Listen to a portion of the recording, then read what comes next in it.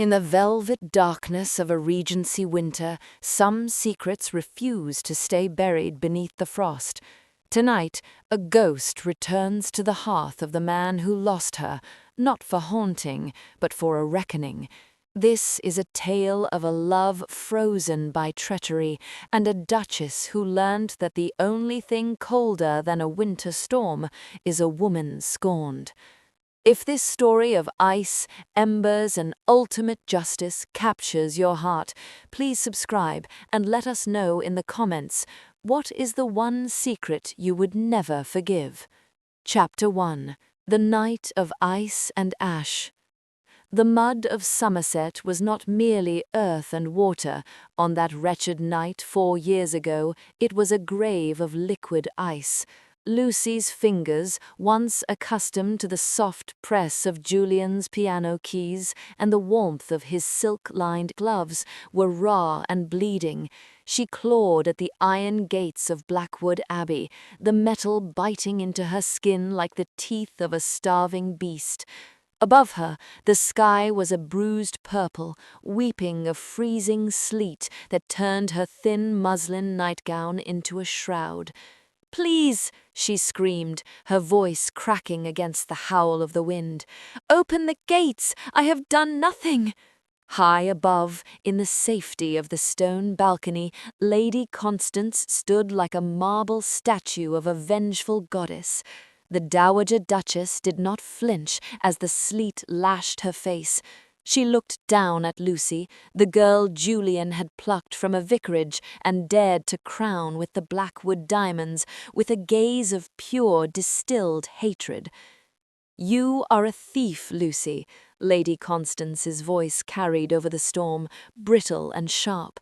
"You have stolen my son's reputation, and you attempted to steal the family's legacy.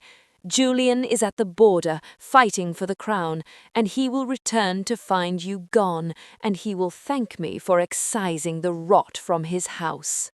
"I did not take the ring. You put it in my chambers." Lucy's voice was failing.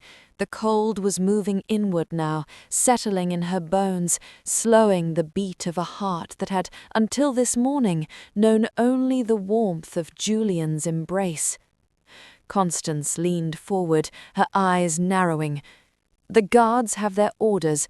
If you step foot on this estate again, you will be hanged for a felon. Walk away, Lucy, die in the ditch if you must, but die away from my son."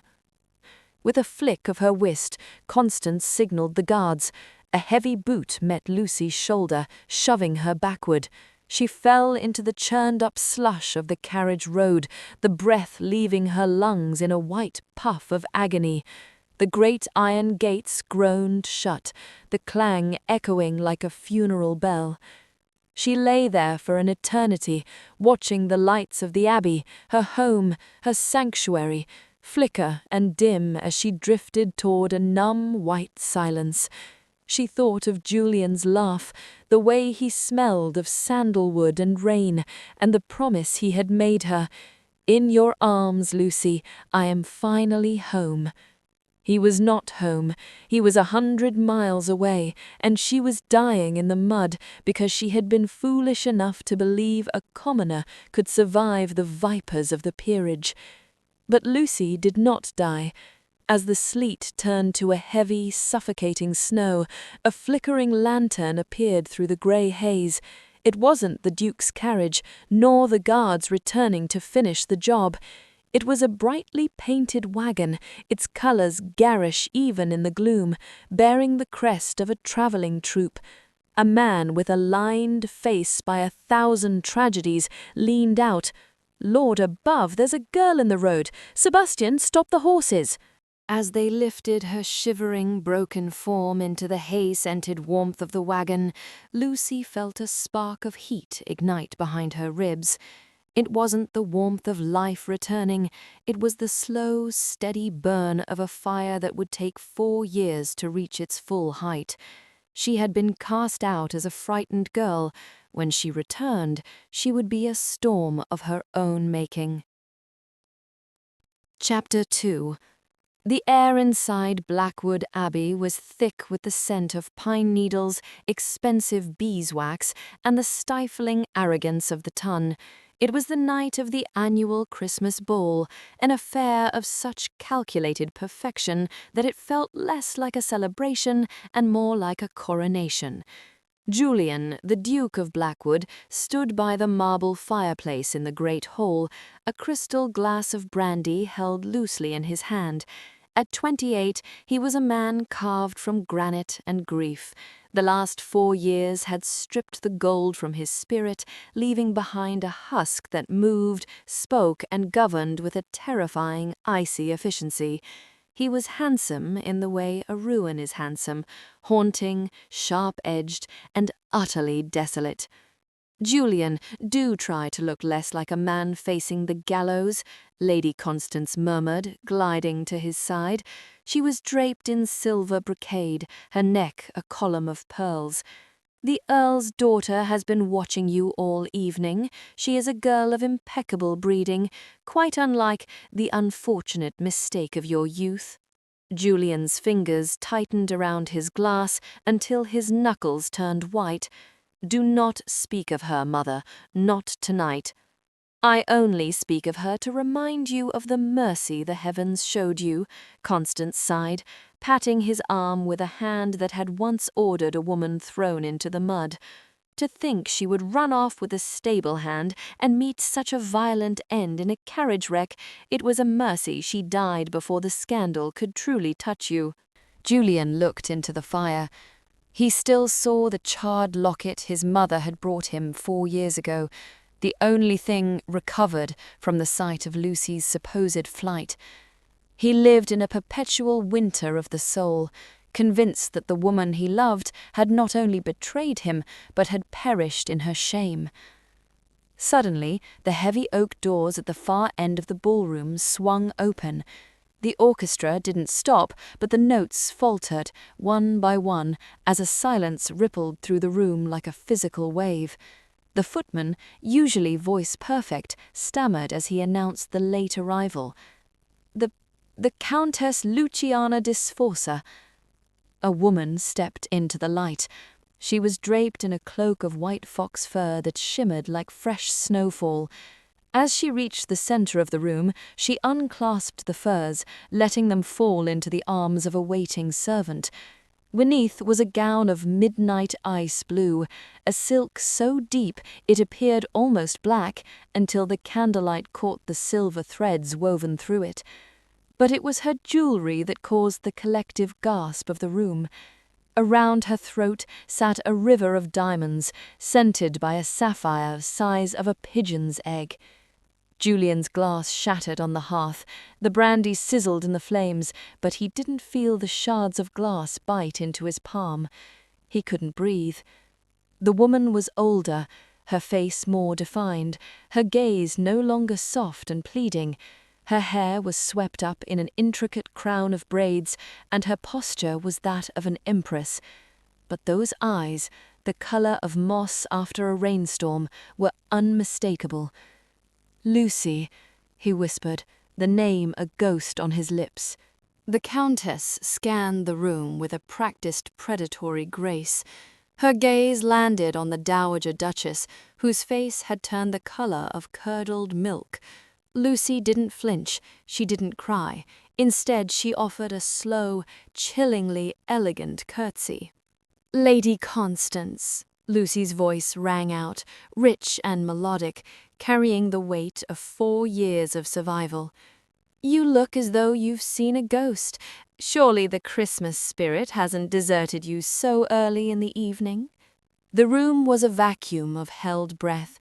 Julian stepped forward, his heart thundering against his ribs like a trapped bird.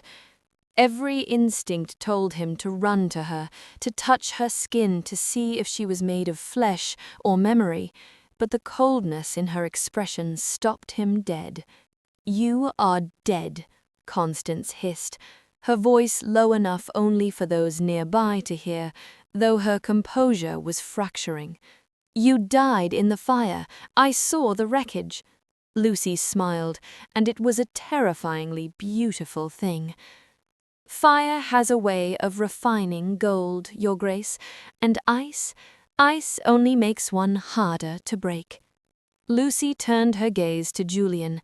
For a fleeting second, the mask slipped, and he saw a flicker of the girl who had once loved him. Then the steel returned. She looked at his bleeding hand, then back to his eyes. "You look well, Julian," she said softly, the intimacy of the words cutting deeper than any insult. "Though I see you still allow your mother to choose your company. I hope the Earl's daughter is prepared for the hospitality of Blackwood Abbey. It can be quite chilling for those who don't belong." Without waiting for a response, she turned and walked toward the library, her silk train hissing against the floor like a serpent. Julian didn't think. He didn't care about the hundreds of eyes boring into his back. He followed her, driven by a desperate, agonizing yearning that had been buried for 4 long years. Chapter 3. The Library Confrontation. The library was a sanctuary of shadows, smelling of old leather, cedar wood, and the faint, haunting scent of the jasmine perfume Lucy used to wear. Julian slammed the heavy oak doors behind him, the sound echoing like a gunshot through the cavernous room. He was breathless, his chest heaving as if he had run miles through a thicket rather than a few yards across a ballroom. Lucy stood by the mahogany desk, her back to him. The moonlight filtered through the floor-to-ceiling windows, casting silver bars across her midnight blue gown. She looked like a queen surveying a conquered territory. "How dare you?" Julian's voice was a jagged rasp caught between a sob and a snarl. "How dare you haunt this house? How dare you stand there, wearing my mother's diamonds, after you fled with a groom and left me to bury an empty casket?" Lucy turned slowly. Her expression was not one of guilt, but of a cold, simmering fury that made his blood run still. "Fled? Is that the fiction she fed you, Julian, that I simply grew bored of a dukedom and a husband I worshipped to run off into the night with a man I had never spoken to?" "I saw the locket." Julian stepped into the light, his eyes wild. "Charred, found in a carriage at the bottom of a ravine. My mother told me you left a note." "A note?" Lucy interrupted, her laugh a brittle, crystalline sound. "Oh, she was thorough. I shall give her that." She reached into the hidden pocket of her skirts and pulled out a bundle of papers tied with a frayed silk ribbon. She threw them onto the desk. They skittered across the polished wood, stopping at Julian's trembling hands. "Read them," she commanded. Julian hesitated, then picked up the top parchment. His heart stopped. It was his name, written in Lucy's delicate, looping script. "My dearest Julian, the fever has taken hold, and the woman at the inn says I may not see the morning. I am at the village of Oakhaven. Please, if you ever loved me, come. I am cold, and I am so alone." "I wrote to you every day for a month," Lucy said, her voice finally cracking, the first sign of the girl he had lost. "I was half frozen and starving when the theatre troupe found me. I spent my last coins on messengers. I waited for you. I thought, surely if he knows I am alive, he will come, he will save me." "I never received these," Julian whispered, his world tilting on its axis. "I was told you were gone. I was told you hated me." "And what of this?" Lucy pulled a single sheet of paper from her bodice, the farewell note Constance had kept in the family archives. "Look at the ink, Julian. Look closely." Julian held the note toward the candlelight. The handwriting was a hauntingly perfect imitation of Lucy's style, but the ink was not the standard black he used. It was a deep, regal purple, a specific gall tinted with violet that only one person in England used, his mother. "She didn't just cast me out," Lucy said, stepping closer, her warmth finally reaching him, though it felt like a brand. "She stripped me of my ring. She had the guards throw me into the mud while it sleeted. She stood on that balcony and watched me crawl away, hoping the frost would finish what her lies started." The betrayal hit Julian with the force of a physical blow. He staggered back, clutching the desk for support. All those years of mourning, of hating himself for not being enough to make her stay, of hating her for leaving, it had all been a masterpiece of cruelty orchestrated by the woman who had given him life. "I am not a ghost, Julian," Lucy whispered, her moss-green eyes swimming with 4 years of unshed tears. "I am the woman you allowed to be destroyed, and I haven't come back for your love, I've come back for the truth." The yearning in the room was a living thing, thick and suffocating. Julian reached out, his fingers hovering just inches from her cheek, terrified that if he touched her, she would vanish back into the winter fog. But the fire in her eyes was real, and the evidence on the desk was irrefutable. The woman he thought had abandoned him had actually been fighting to find her way back to him through a storm of his mother's making. Chapter 4: The Poisoned Legacy. The air in the library grew stifling, the fire in the hearth crackling with a sudden, sharp intensity that mirrored the turmoil in Julian's soul. He looked from the purple-inked forgery to the woman standing before him, his mind reeling. "Why?" he choked out, the word a ragged plea. "To preserve the family name?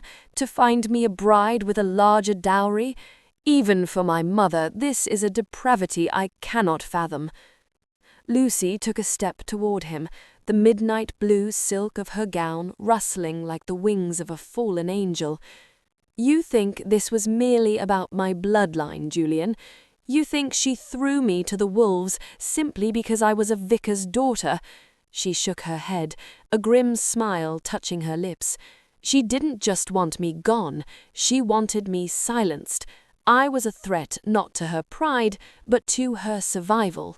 "What are you saying?" Julian asked, his hand instinctively going to his temple, where a dull, familiar throb had begun to pulse. It was the headache that had plagued him for years, the one his mother so tenderly treated with her special tonics. Lucy's eyes tracked the movement of his hand, her gaze sharpened. "The headaches, Julian? When did they start? Was it not shortly after your father's funeral, the same father who died so suddenly, despite being a man of robust health?" Julian froze. "My father died of a congestion of the lungs. The physician said—" "The physician was paid by your mother," Lucy interrupted, her voice dropping to a low, lethal whisper. "In those final weeks before she cast me out, I began to notice things. The way the tea smelled of bitter almonds when she prepared it herself. The way your father's strength ebbed only after his medicine was administered. I found a journal in the attic, a record of her father's interest in chemistry, specifically the chemistry of slow, untraceable toxins." Julian felt a cold sweat break out across his brow. "You're accusing her of regicide, of murdering the Duke, and of attempting to finish the work with his son," Lucy said. She reached into her reticule and pulled out a small amber glass vial. It was identical to the one Julian kept on his bedside table, the tonic his mother insisted he take every night for his nervous constitution. "I spent my years in exile learning more than just stagecraft, Julian. I travelled with men who knew the properties of the earth, both the healing and the hallowed. This," she held up the vial, "is a tincture of digitalis and lead. In small doses, it causes lethargy and clouded thought. Over years, it causes the heart to simply stop." just as your fathers did." Julian stared at the vial as if it were a serpent. The pieces of the last 4 years began to click into place with a sickening mechanical precision. His mother's constant presence, her insistence that he was too fragile to handle the full weight of the estate, the way his memory often felt like it was shrouded in a thick grey mist. "She knew I had found the journal," Lucy continued, her voice trembling with the weight of the revelation. "She knew I was testing the tea. That is why she didn't just exile me. She tried to erase me. She couldn't risk you waking up, Julian. She needed a puppet duke, and she needed the daughter of an earl who would look the other way while she continued to rule from the shadows." Julian looked at Lucy, the woman who had been broken by his family, who had lived as a nomad, who had built herself into a countess of ice just to survive. She had come back not just to reclaim her place, but to save his life. The yearning that had been a dull ache for years suddenly transformed into a sharp, piercing clarity. He saw the monster his mother was, and he saw the savior Lucy had become. "She is in the ballroom," Julian said, his voice dropping to a terrifyingly calm register. "She is raising a glass to my future even now." "Then let us go," Lucy said, her hand reaching out to him, not in a gesture of romance, but as a warrior offering a sword. "Let us give her the Christmas toast she truly deserves." Chapter 5: The Final Gift. The doors to the ballroom did not merely open, they were flung wide by the Duke of Blackwood with a violence that silenced the orchestra mid-measure. Julian stepped into the light of 1,000 candles, his face a mask of cold, lethal fury. Beside him, Lucy walked with the steady, rhythmic grace of an executioner, her midnight silk gown shimmering like a dark omen. Lady Constance stood at the head of the room, a crystal flute of champagne raised to her lips. She was in the middle of a toast to the Earl's daughter, her eyes shining with the triumph of a woman who believed she had finally buried the past. When she saw Julian and the woman he held by the arm, the glass slipped from her fingers. It shattered on the marble floor, the sound echoing like the crack of a whip. "Julian?" Constance stammered, her voice thin. "What is the meaning of this interruption? We were celebrating your engagement." "There will be no engagement, Mother," Julian's voice rang out, vibrating with a power that shook the very crystals of the chandeliers. "And there will be no more lies." The guests drew back, creating a wide circle of hushed whispers. Julian didn't wait. He pulled the bundle of purple-inked letters from his coat and cast them into the air. They fluttered down like dying birds, landing at the feet of the shocked nobility. 4 years ago, this woman, my wife, was cast out into a winter storm to die, Julian announced, his gaze fixed on his mother. "You told me she fled. You showed me a charred locket and a forged note. But the dead have a way of returning when the living are too cowardly to seek the truth." Constance's face went from pale to a ghastly, mottled grey. "She is a liar, Julian. She is a common girl who—" "I am the woman who found your journal, Constance." Lucy stepped forward, her voice calm and terrifyingly clear. She held up the amber vial, the liquid inside catching the light. "I am the woman who knows why the late Duke's heart failed so conveniently, and I am the woman who knows why you have been medicating your son into a slow, silent grave." A collective gasp went up from the crowd. The Earl's daughter recoiled in horror. Constance tried to speak, her mouth working like a landed fish, but the weight of the evidence, the letters, the vial, and the sheer, radiant authority of Lucy's presence stripped her of her armor. "You wanted her to die in the rain," Julian said, stepping closer to his mother until she was forced to lean back against the refreshment table. "You stole 4 years of my life. You stole my father's breath. You thought you could rule this house through poison and shadow." He reached out and snatched the keys to the estate from his mother's belt, the heavy iron keys she had wielded like a scepter. He turned and placed them into Lucy's hand. "I am exiling you, mother, not to a comfortable estate, but to the dower house on the Cornish coast. It is a ruin of stone and salt, where the wind never stops and the rain is constant. You shall live in the storm you tried to drown Lucian. If you ever set foot in Somerset again, I will hand the evidence of your chemistry to the High Sheriff myself." Constance looked around the room, searching for an ally, but she found only the cold, judgmental stares of the peers she had spent her life trying to impress. Without a word, she gathered her silver skirts and fled the room, her footsteps frantic and hollow. As the doors closed behind the Dowager Duchess, a heavy silence settled over the abbey. The guests, realizing the drama was over, began to filter out into the snowy night, leaving Julian and Lucy alone in the center of the great hall. The fire in the hearth had burned down to glowing embers, casting a soft, amber light over them. Julian turned to Lucy, his shoulders finally dropping the weight of a 4-year winter. He didn't ask for forgiveness. He knew he hadn't earned it yet. He simply stood there, waiting for her to tell him if she would stay, or if she would vanish back to the world she had built without him. "Lucy," he whispered, his voice thick with the yearning of 1,000 lonely nights.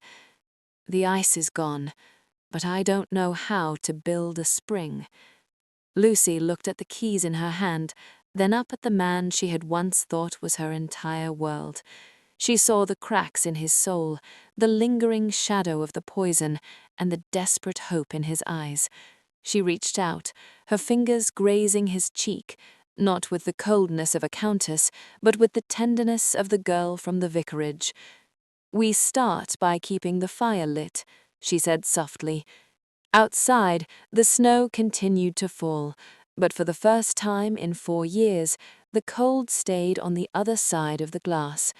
The wicked Duchess was gone, and in the heart of Blackwood Abbey, the warmth was finally coming home.